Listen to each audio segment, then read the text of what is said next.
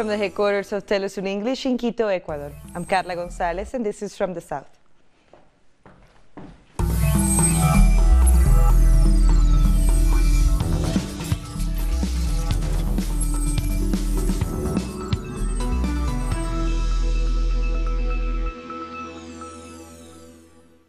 The president of Ecuador has announced a bailout agreement with the IMF for $4.2 billion. In a brief television message, Lenin Moreno said the loan from the International Monetary Fund was part of a larger package aimed at dealing with Ecuador's growing deficit. In recent weeks, trade unions and other movements have repeatedly protested against government cuts, higher gas prices, and plans to privatize public companies. We are going to receive $10 billion. What great news. At an average interest that doesn't go over 5% with a 30-year term. $6 billion will come from the World Bank, the Inter-American Development Bank, the CAF Andean Development Bank, the European Investment Bank, the Latin American Research Fund, and the French Agency for Development. $4.2 billion of the funds will come from the International Monetary Fund, of which we reached an agreement on staff levels. And earlier in the day, President Moreno signed up to a manifesto on press freedom promoted by Latin America's big private media. The president endorsed the Chapultepec Declaration in the presence of the president of the Inter-American Press Association. Moreno has already rolled back many of the protections included in the previous government's media law. There are 1,000 times the existence of press excesses rather than an empire of censorship or the presence of gagging freedom of expression. Brazil's President Jair Bolsonaro has presented his flagship pension reform to Congress on Wednesday. Speaking on TV, he said it would save $300 billion over 10 years, and it will be fair to all. But across the country, thousands of workers protested against the plan. The new pension reform will be fair for all. There will be no privileges. Rich and poor, civil servants, politicians, private sector workers, everybody will follow the same rules as regards age and contribution time. Cities across Brazil on Wednesday against far-right President Jair Bolsonaro's proposed pension reforms, which if passed will deny millions of Brazilians the right to retire and lower minimum monthly payments below the minimum wage. The way the reforms are being done in Brazil, without consulting the workers and without charging the ones who really owe them money, which are the banks and many companies, it makes it difficult to believe that these reforms will benefit the workers. Thousands of representatives of Brazil's union confederations traveled from across Brazil to participate in a general workers' assembly on Praça da Sé in downtown São Paulo to vote on what the next steps will be to fight the measure, which was introduced to Congress on Wednesday. The decision made today in the General Assembly was for all of the union confederations to unite against retirement reform. And we have made a call for all unions and social movements to put pressure on lawmakers in their communities, at the airports and in Brasilia, so that this reform, which will destroy workers' rights, does not pass. After the parliamentary coup of 2016, President Michel Temer tried and failed to pass neoliberal pension reforms after the unions united to hold general strikes, street protests, and to put pressure on lawmakers. The decision approved in the Assembly in São Paulo calls for building a plan of action within the next week and opens the door for another general strike. We need a lot of unity right now. The job of union directors is not to fight for their individual labor category at this moment. We need unity. We have to get together. If we don't unite, then we're finished. Brian Mir, Telesur, São Paulo. Venezuela's vice president has announced the closing of maritime and aerial borders with the Dutch Caribbean islands of Aruba, Bonaire, and Curaçao. This comes after the government of Curaçao agreed to serve as a collection center for the so-called humanitarian aid. Due to the announcement by the government of Curaçao to serve as a collection center for helping forcefully bring in alleged humanitarian aid into our country, we have decided to suspend all private and commercial flights between Venezuela and the islands of Aruba, Curaçao and Bonaire. Therefore, our borders with these three islands are now closed. Our correspondent in Caracas, Luis Tavera, has more details. Te saludo a ti también, Andrea, la audiencia que sintoniza las pantallas. The Venezuelan vice president announced the closure of maritime and aerial borders with the islands of Aruba, Bonaire, and Curaçao. Delcy Rodriguez said that the decision was taken to protect the self-determination and sovereignty of the Venezuelan people. She also said that Venezuela and Curaçao had good bilateral relationships in the past, so she does not understand why the island has decided to join the campaign to undermine the Venezuelan government. The vice president also said that the so-called humanitarian aid coming from the U.S. is hypocritical, since on the one hand, they have blockaded at least $30 billion that belong to Venezuela, and on the other, it pretends to give a mere $20 million as humanitarian help. She also said that U.S. plans to intervene in Venezuela have failed. People continue holding mobilizations in Venezuela to support the government of President Nicolás Maduro. Also, correspondent Luis Tavera from Venezuela. And speaking at an event in the state of Miranda, President Nicolás Maduro said the alleged humanitarian aid being forced on the country by the United States is an insignificant amount compared to what the government gives to citizens each month. In one day, we distribute 300,000 clap boxes, which are the government's food distribution system. That means almost 4,500 tons a day. In one day, we give away more supplies than their false humanitarian aid in total. They have offered 270 tons, which is 6% of one day. Are Venezuelans going to live with that? 7 foreigners arrested in Haiti have reportedly been transferred to the United States. The men, including 5 U.S. citizens, were arrested in Port-au-Prince and accused of conspiracy after they were found heavily armed near the central bank on Sunday. This as people are still recovering after weeks of protests. 7 heavily armed people have been under arrest in this police station. The U.S. Department of State identified 3 of the 5 United States citizens, among them as former U.S. soldiers. The Haitian government has denied any relationship with this armed group, but the current situation in the country creates skepticism about this statement. Juvenals hired hitmen to kill us. We know that many people are involved in this. The heavily armed foreigners, some of them linked to U.S. contractors, were traveling around the country carrying telecommunications equipment, tactical uniforms, and surveillance drones in cars without license plates. These U.S. citizens have come to support the government with violence and crime because they saw that Haitian people are going further in their fight. People do not want to change their president, but change the whole system. Several opposition parties gathered to release a statement in which they said that the reasons behind the protests are still valid, and they call for new demonstrations. The data tells us everything. The president only had to do one thing, which was to show willingness and tell us where the money is. But he hasn't done that, so that only worsens things. Ahead of those new demonstrations, thousands of people have returned to their regular jobs. They are driven by necessity in a country where 90% of economic activity is based on the black market. The executive and legislative branches have brought the country to a real breakdown. The political leaders are totally dominated by a few families of the oligarchy and imperialism.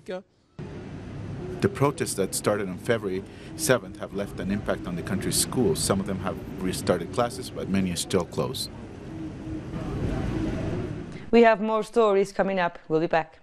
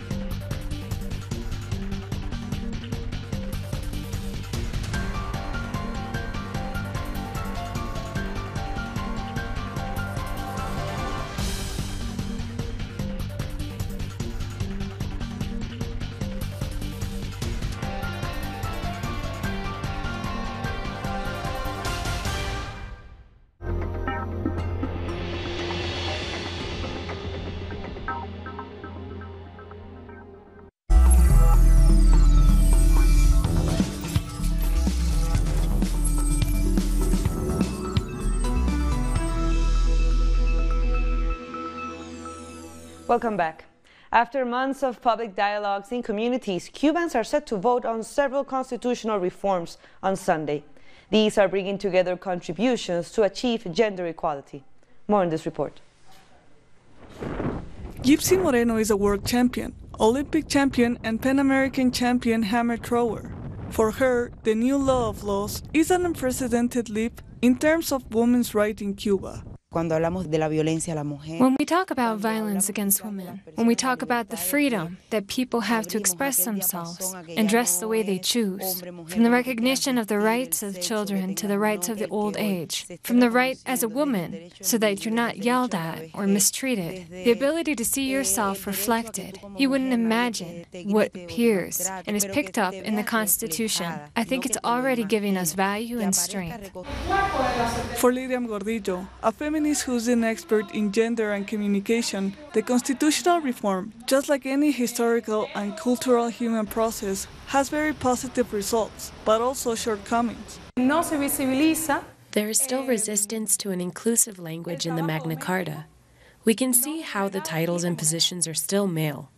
Domestic and unpaid work is not made visible, paid or unpaid.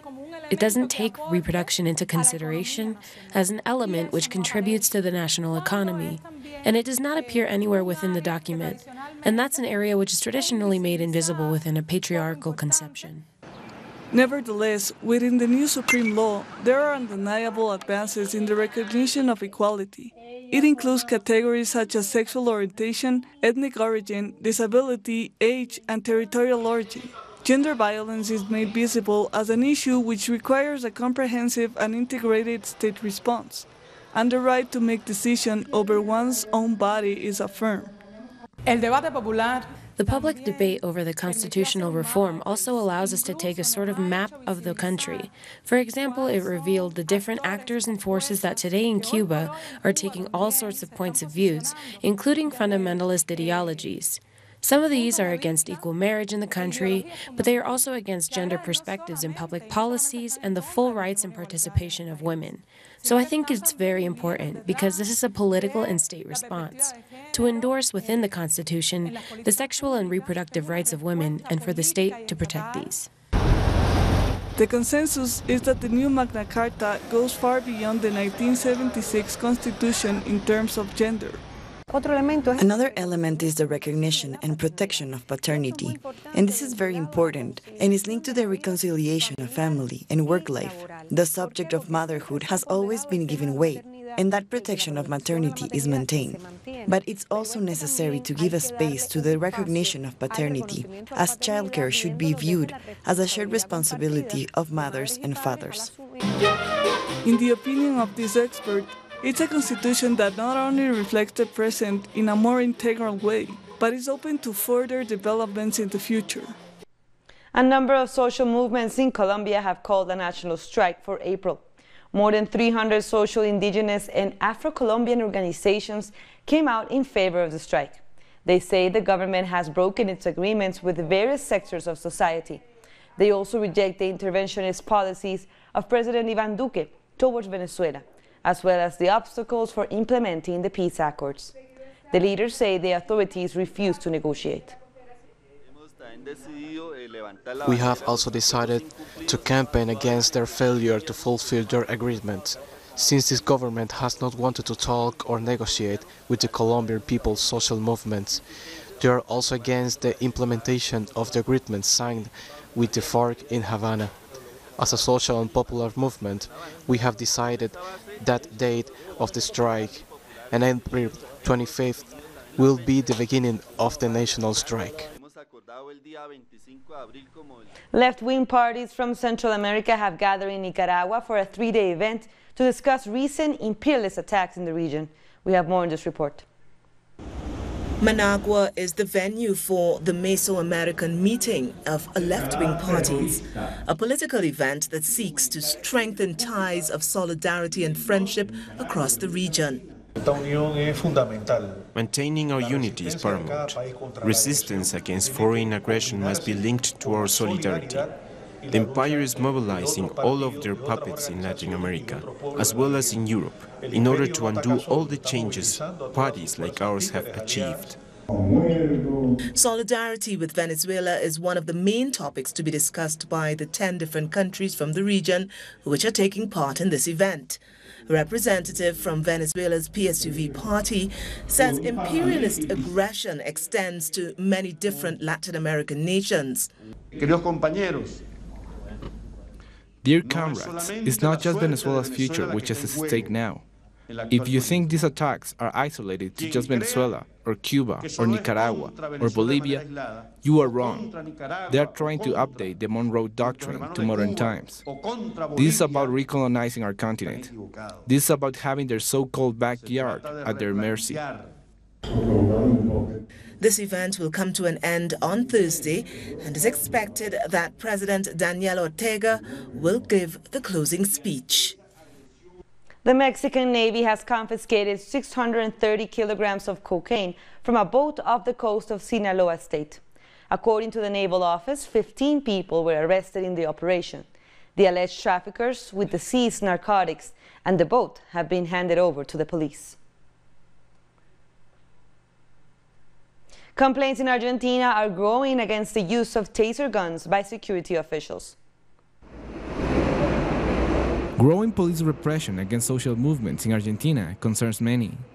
Now, human rights organizations have requested reports from the government on their purchase of taser guns that security personnel use. For over 5 years, we have filed a legal request to ban the use of tasers by police. These guns produce an electric charge that has been described as torture by the United Nations Torture Committee. Questions regarding the use of taser guns started in 2010, when social activists started a process to ban their use. They say the use of the weapon implies a torture, and they could also easily become lethal weapons. In addition, organizations have requested reports of personal training and of what protocols will be set up for the use of this weapon. They say its use violates human rights. To give this to the police and allow them to be used freely is a human rights violation. This is an ongoing offense, not just to us, but to our children. Human rights organizations have requested that the state take effective measures to avoid all kinds of human rights violations, as well as abuse or mistreatment by security forces.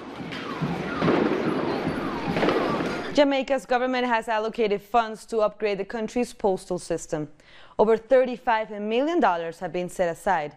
The project will increase the capability of Jamaica's post office to control and improve the mail system. Jamaica Postal System manages over 500 offices and agencies. Brazilian samba schools in Rio de Janeiro are finishing their preparations for next week's carnival. Students added final touches to their carnival floats and their costumes for the day. Carnival in Brazil will begin on the 1st of March and will last for 5 days. This is one of the most famous carnivals around the world. Samba schools have always been based on the idea of going down the parade avenue to be seen. I think it has to go beyond that. I think the format must be such that the audience is participating in the show in some way. And what I think is interesting for the show to be a surprise, to be novel, so people in attendance can feel some kind of excitement. A giant turtle thought to be extinct has been discovered in Ecuador's Galapagos Islands. The species was believed to have become extinct about a century ago. The 20-kilo female animal was found among the vegetation during a scientific expedition to the Fernandina Island. Its discovery has raised hopes of finding another specimen of this tortoise and so restoring its population. It is possibly the most important find in the last century. We must remember that this tortoise species has been considered extinct for a little more than a century as a result of volcanic activity. We'll take one last break, but stay with us.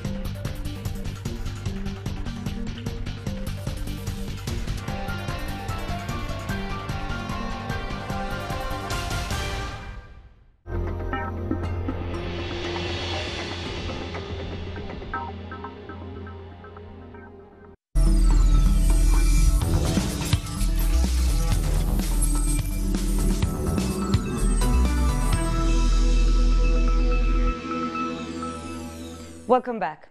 At least 70 people have been killed in a fire in the Bangladeshi capital of Dhaka. The fire broke out in an apartment building in an old part of the city. The blaze spread quickly as the building was also used as a chemical warehouse. The causes of the incident are still unknown.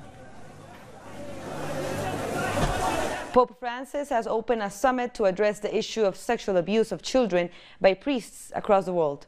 The 4-day-long conference gathers heads of National Catholic Bishops' Conference, Vatican officials, experts, and heads of female and male religious orders. In his opening speech, Pope Francis said victims expect concrete and efficient actions to tackle the issue and not just mere condemnations. But some victims' groups have criticized the meeting, calling it a publicity stunt to clean up the damaged image of the church.